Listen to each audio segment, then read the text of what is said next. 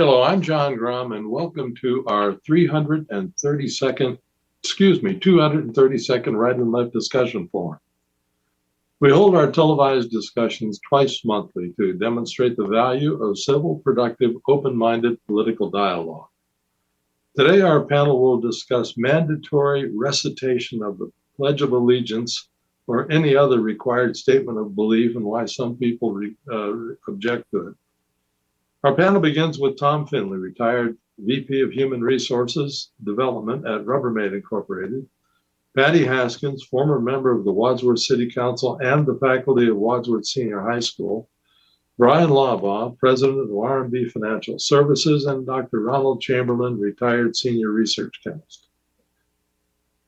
Tom is a former public school teacher and principal. I know that you have led classes in reciting the Pledge of Allegiance on many occasions. Today, if a student refused to participate, how would you respond? I would expel the child. Okay, well, moving on. I never had to do that. I never had it take place. I have always been amazed that there are no government requirements, whether that's the assumption it is of the states. If there is, there never was one in our state requiring schools to follow a particular protocol. So I have no idea if that's true in other states or not, but I suspect not so. So it becomes a local responsibility if it takes place. I started teaching in Barberton. There was no mandate that occur in the classroom, the Pledge of Allegiance. We did in assemblies have a Pledge of Allegiance. So it was up to a teacher. And in my case, I did establish it. When I became a school principal, I also established it as a mandate in my school that I taught, a middle school. There was no board mandates, local school board mandate that it take place.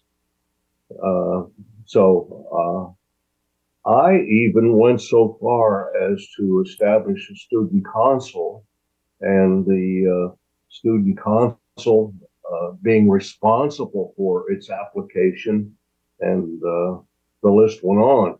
In fact, I managed the student council under the guidelines of how state and local governments were managed in our federal government. And it was kind of like a classroom in civics, if you will, ongoing. The student council president was not required to attend class when she had other duties, and was always present at our teacher meetings. So it was quite a successful application of democracy and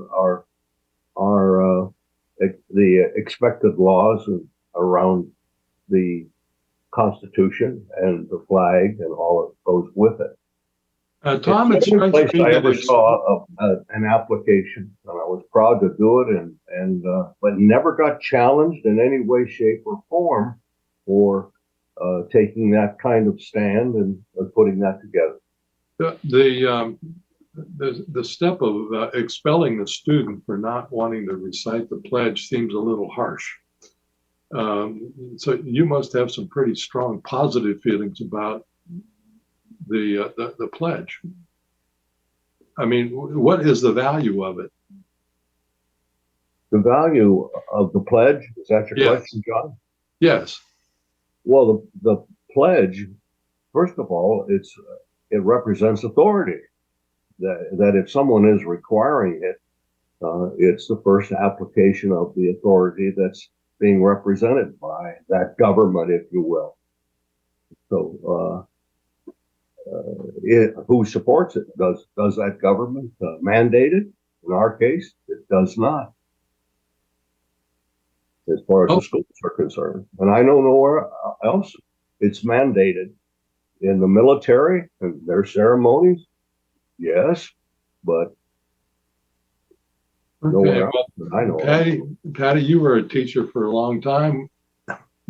What are your thoughts? Did you actually have your class recite the pledge? We didn't for a long time. It just wasn't done. And some of the rooms didn't even have flags within them. And then in the early 2000s, I know the school decided to say the pledge once a week. And I forget what day of the week it was that they set up. And they did it at the end of the morning announcements. And of course, at that point, they made sure that everybody had a flag within their room. And everyone was to stand and say the pledge. Now, I always asked all of my students to stand out of respect. There was always someone that didn't. I did not require that everyone said it. I felt that that was their freedom of speech. You know, we talk about that quite often. It's important. And if they choose for whatever reason to not say it, and very honestly, most of the reason anybody didn't say it is because they were teenagers and weren't fully baked. And that's the reason they didn't do it. But, you know, and I thought that was, What years are we talking about, Patty? when they started doing that again. Well, when you were teaching, in what decade was? Okay, this was in the 2000s. It was after 9/11, which it seemed that after 9/11, there were so many moves towards patriotism, and one of which was to start saying the pledge within the classroom. I mean, when I was in like grades myself, and this would have been back in the early 50s, in like first, second, third grade, everyone said the pledge, and everyone had to pray the Our Father as well in a public school classroom, which was always interesting as a Catholic because we had to say there was an extra portion to the prayer. Yeah. And so you always knew who was Catholic because all of us would stop saying it at a certain point. I can relate. Oh, yeah. Yeah.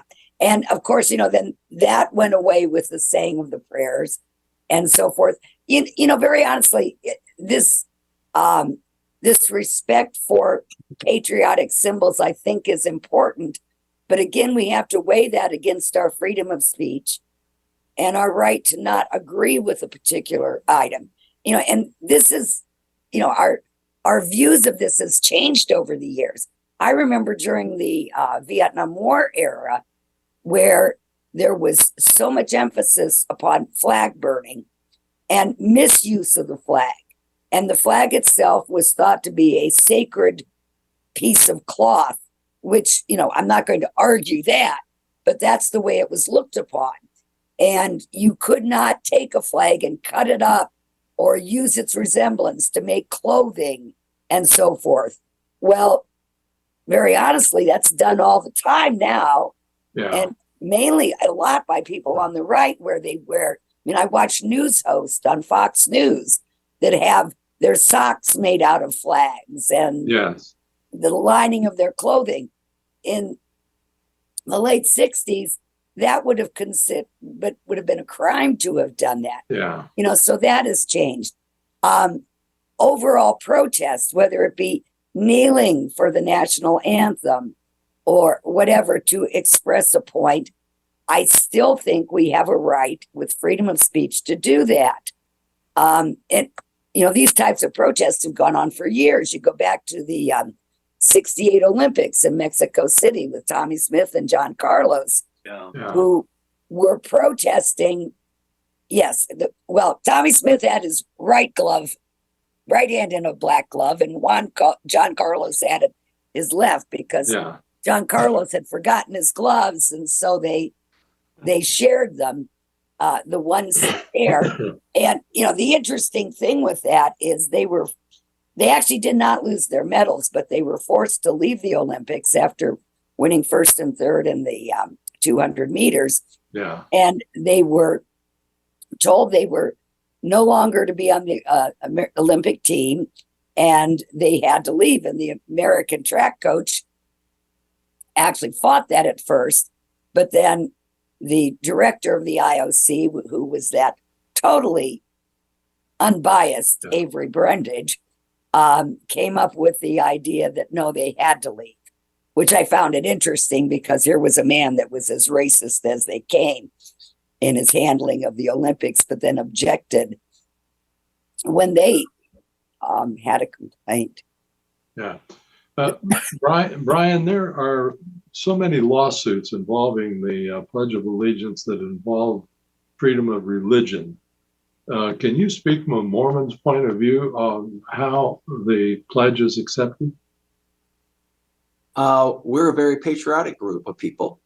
Mm-hmm. And I've never felt that it was against our beliefs to cite the pledge or to stand up for the national anthem.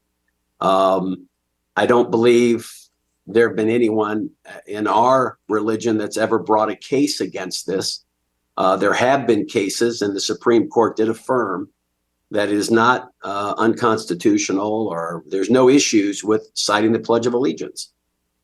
You have a choice, and if that individual doesn't want to stand or put their hand over their heart and cite the pledge, nobody, nothing's going to happen to them.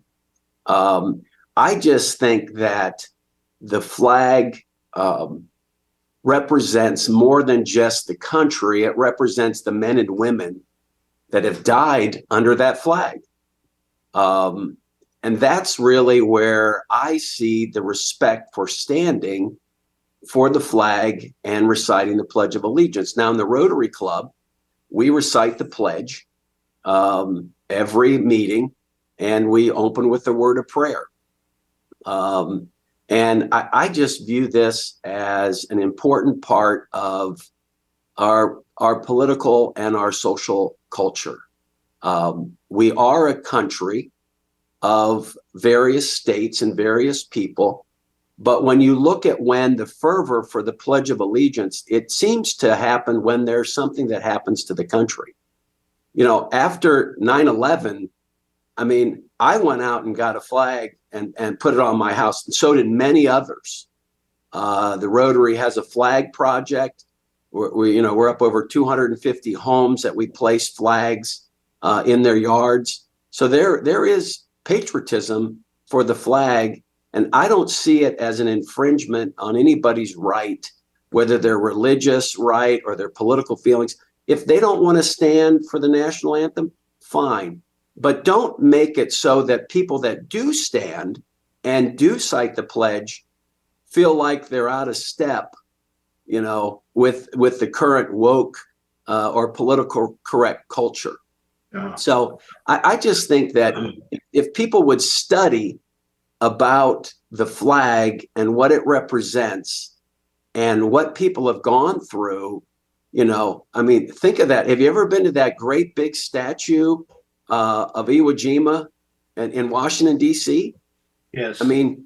That, if the flag wasn't that important, why did hundreds of men die, even into the thousands, to overtake and to take a hill so that they could plant the flag? That to me says more than just, we do it out of almost, just to do it, I think it shows respect for the country and everything that's gone into the country. But if you don't feel inclined to do it, then don't make a spectacle of yourself. Just keep quiet, huh? Just keep quiet. Stand there, sit there, just don't participate. But don't make a scene because other people are, showing their respect for the flag. I go to other people's church services. I've been to Catholic masses before. I've been to Baptist churches before, Lutheran churches. When I go in there, I'm respectful of their beliefs.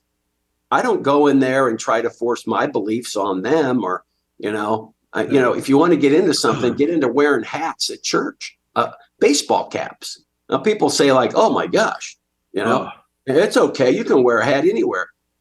My dad would take that hat off your head in a heartbeat when you walked into the house. I mean, you didn't wear your lid. A gentleman does not wear a hat indoors. It was outdoors. You didn't wear it to a restaurant. You didn't wear it over your ears or back, and everything like that. I mean, when you walked in, especially to a church, you took your hat off. That was a show that you showed respect for those people and their beliefs. So I guess that's where I come down on the flag. For me, it's a matter of respect. And if you don't want to do it, that's fine. Just don't make a spectacle of yourself when you don't want to do it. Well, Ron, what are your thoughts? May I suggest just one thing? That the basic political unit in this country is the family. Respect for parents is the first laws that we have to look at and obey. If the family unit disintegrates, a culture disintegrates with it. So why isn't our government afforded the same kind of respect, being a family, if you will, of citizens? I think that's probably something to reflect on. Another program right there. Ron, tell me what your thoughts are. Folks, some really interesting insights here. Thank you. Bryan, I like your points of view here. I agree with pretty much most of them. Tom, I don't think I agree with your expulsion theory, but I like in general your idea of how you explain it, the thing. I recall back I went to parochial school for 8 years, and I remember reciting the pledge before I knew what the words allegiance or republic or any of that stuff meant. So I have a couple of thoughts here. It's very easy to indoctrinate children.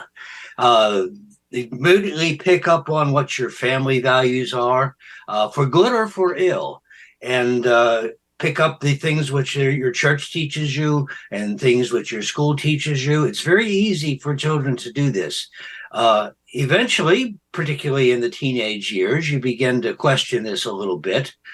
I think there's certainly the great need for, at least by high school, probably a little before, to begin ideas of civics, to begin to explain what the pledge means. Certainly during the Vietnam era, I've had grave doubts that everything that flag represented was good and true and pure. So many things bothered me about that, and made a profound difference in my life when I changed my political views during that period of time, and maintained it to this time. It bothered me when they added the phrase "one nation under God," but that's a discussion for another time, and that's me. But in general, I think I would prefer that we begin at a pretty early age to explain what these things mean, and to explain, at least in an elementary way, what the alternatives might be here. I don't think we're going to raise a nation of Marxists. I don't find that as a particularly desirable. But at least by the times we get to high school, I think we need to be aware of the rest of the world, be aware what the limitations and the positive things of our government are, to be taught that in school, to leave room for, as Bryan says, and as Patty says, if you don't want to do this, try to get your reasons articulated as why you don't want to do that. Think about it. I think this is a lifelong process, and it should be a lifelong process. Was it Socrates or Aristotle who said the unexamined life is not worth living? So I like that phrase. And certainly, I think one of the most dangerous phrases in the world is "my country, right or wrong." I don't believe that whatsoever. I think you must always look at what your country is doing as whether it follows the ideals of the form of government you espouse, which is a representative democracy in my case, and what the country stands for. If our country does not follow that, I think we have a right and an obligation to hold our governing bodies put their feet to the fire for this one and try to change that through all the legal and emotional processes that we can manage. So should we teach, should we have mandatory things, and what would we do about it? I would not expel the student. I would try to find out what's going on in that person's head and try to, I'm obviously in a situation where you got 40 kids in your elementary class, but I don't think that the pledge is a sacred document. I think there's sacred principles behind it. I think we need to investigate them. We need to always be aware of what they are and what the good and the evil in them might be, and to think about that and to follow our heart on that. Yeah. So one of the things that concerns me is with anything like the pledge or the national anthem, or even your high school class alma mater, words that are repeated over and over again tend to lose their meaning. I have a problem of getting real serious about anything like that. Well, growing up as a Catholic, I mumbled the rosary many times in my life, rather than get this over with in about 10 minutes. That was a good priest could lead a rosary and get you done in 10 minutes. But I have a big problem with repetition of words. Now, Tom, when you and I talked on the phone, about this topic, you said something about whenever we refuse to recite something like the Pledge of Allegiance, we're one step closer to ending our democracy. And I haven't forgotten that you said that, and that in a lot of ways, I tend to agree with you. To me, reciting the pledge is just saying, yes, I'm an American, and I'm in love with the idea of freedom and democracy and capitalism, which Ron probably doesn't like much, but I don't see a whole lot of value in these things, other than, Tom, what your point is. I remember reciting the pledge in grade school and wondering what all those words meant. Then as an older person, I began to realize what all those words meant. But reciting them day after day after day just seemed meaningless to me. yeah, exactly. We could say actions speak louder. Actually, in many respects, it goes back to the parenting, if you will, the role, the model, the thing that takes place with children and parents, and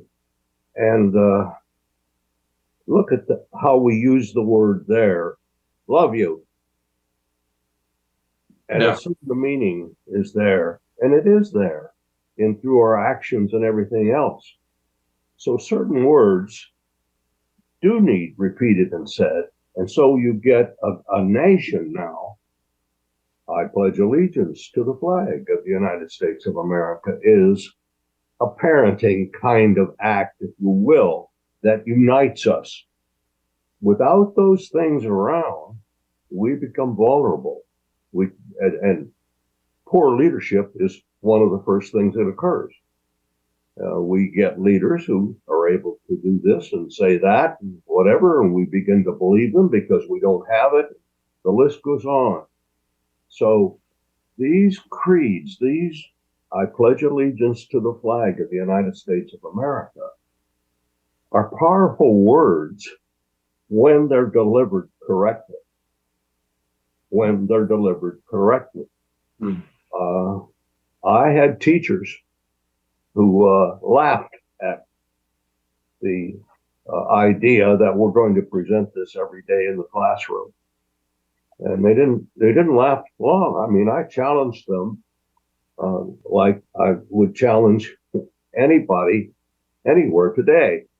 Those are important parenting rules, activities. They lead. They're necessary in some way, shape, or form. So they're very sacred to me, and I made it a part of my parenting, part of my leadership role when I was principal of the school. Took it seriously, modeled student council after the government, empowered the president of the student council not to attend classes, as I said, and tend to business. Anyway, it went on where I tried to model what happens with the behaviors with a student in a school as a citizen of the United States. Yeah. So I ran the parallels. Yeah. In researching this topic, I was absolutely amazed at how many lawsuits have been filed against the recitation of the Pledge of Allegiance. And for some of the darndest reasons. Now, I begin to understand why some people would object to the under God phrase that Eisenhower put in 1954. However, the rejecting one of the first lawsuits against the pledge had to do with freedom of practicing religion because the pledge was written by a minister. And it had nothing to do with the words that were in it. Yeah. But it was the occupation of the guy who wrote it. Well, thank you very much. It's too bad that we can't qualify this for the Clapper Awards, but it was a very good program. Thank you. You're welcome.